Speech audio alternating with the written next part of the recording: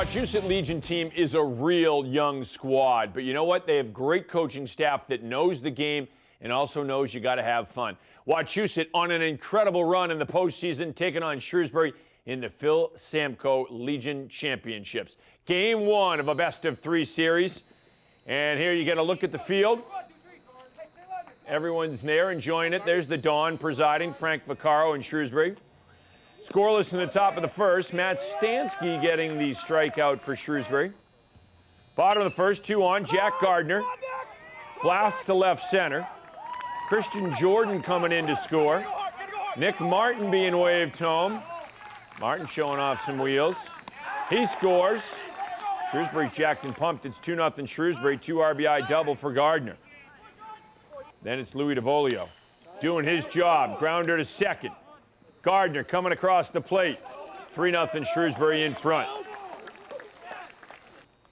Top second, Stansky getting the strikeout to end the inning. Top of the third now, 3-1 Shrewsbury. Wachusett bases loaded. Liam Griffin, hot shot to second. Griffin's safe. Ben Post scores. It's 3-2. Now Nick Yanko. Fly to the Bermuda Triangle. Texas leaguer, it falls in. Eddie Beauregard scores. Griffin scoring as well. 5-3, Wachusett Wombats are in front. Stansky bearing down. Gets the strikeout to end the inning. Bottom third, Shrewsbury's DeVolio. Shot deep to right field. Yanko, great grab at the wall. Jordan's tagging and scoring. 5-4 game. Shrewsbury goes on to win this one 8-5 is your final tonight in game one.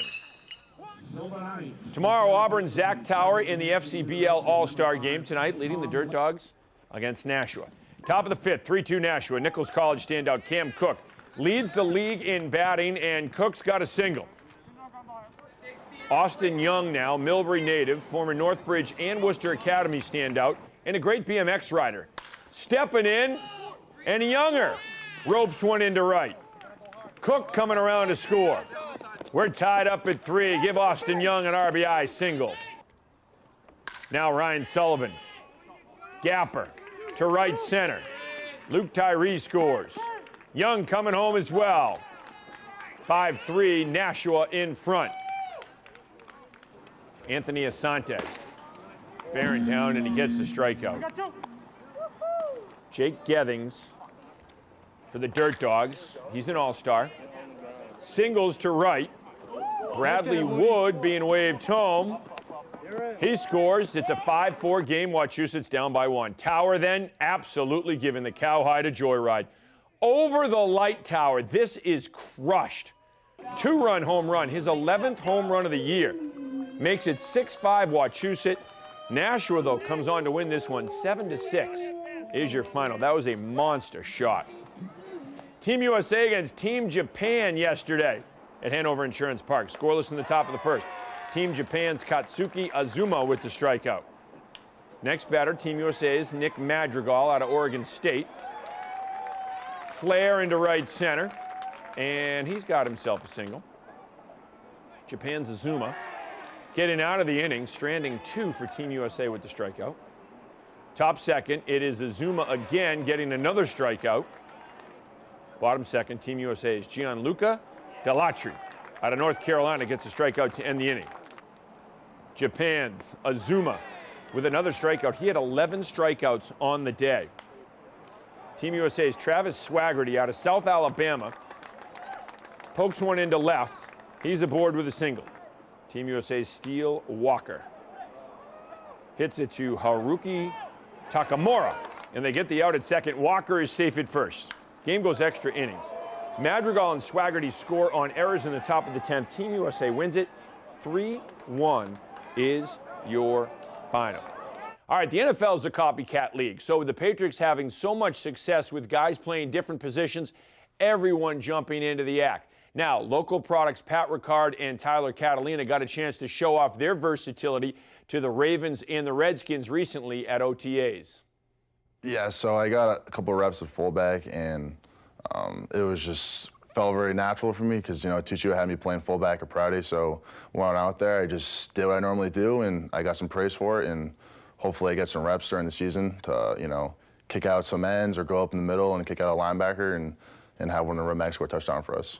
So they had me at left and right guard for the most part, and then you know, a couple guys went down, and they made me go out and play right tackle with the twos, and I did exceptionally well for the couple of days I was there.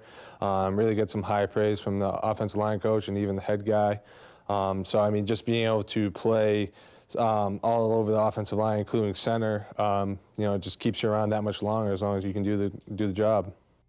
And again, best of luck to Tyler Catalina, who's with the Redskins, Pat Ricard with the Ravens, as they will enter their first NFL camp, preseason camp, in just about a week. Great guys, and best of luck to them. Well, it seems like kids nowadays are hitting the weights earlier and earlier in order to get an edge on the athletic field.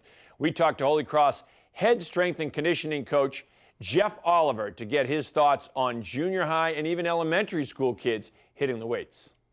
Young kids can certainly strength train, but it has to be done properly. If I train an older gentleman, a college athlete, or a 10-year-old, we would make daggone sure that they're doing things exactly right and their body can tolerate it. Okay, I think sometimes it gets a bad rap because people are young kids are unsupervised and they push around too much weight where they're technically not sound, and they end up with injuries from weightlifting, and that's a little bit of a problem. I mean, but the bigger issue is mentally, if they're ready and they're kind of chomping at the bit to get into the weight room and they've been around that environment, then it's okay. It's okay to strength train. It's okay. I mean, it's safer to do a front squat with a kid than it is to go out on the playground and jump off of jungle gyms for sure. Jeff Oliver is the best. He always has been. Again, Ollie always stressing form, not as much weight that's on the bar, but just do the proper form. And has always said, when kids are ready, you can let them lift, but let it be their decision. Don't push kids into it, which is great advice. Great advice from Jeff Oliver, who is a class act, but also is one of the best in the field. He runs a great program up there, Jacked on the Hill. I actually used to go to that, so. Yeah, he certainly does. A lot of people have come through that, a lot of high school athletes in this area, college athletes in this area, and a lot of pros too. He used to have a ton of the professional hockey players when the Ice Cats were here that went through there. Eric Boganecki credited with him with helping him become the MVP of the AHL because he worked out with Ollie in the offseason leading up to that great year that he had in Worcester. It's amazing how much it helps with your sport, especially when you start when you're younger. And self-confidence and stuff. But again, it's form. It's all form over everything else. You know, it's not about benching the house. It's about just proper form and just taking small steps. Absolutely. That's our show tonight. For Kevin Shea, I'm Catherine Andrioli. Thanks for watching Worcester News Tonight. Have a good night.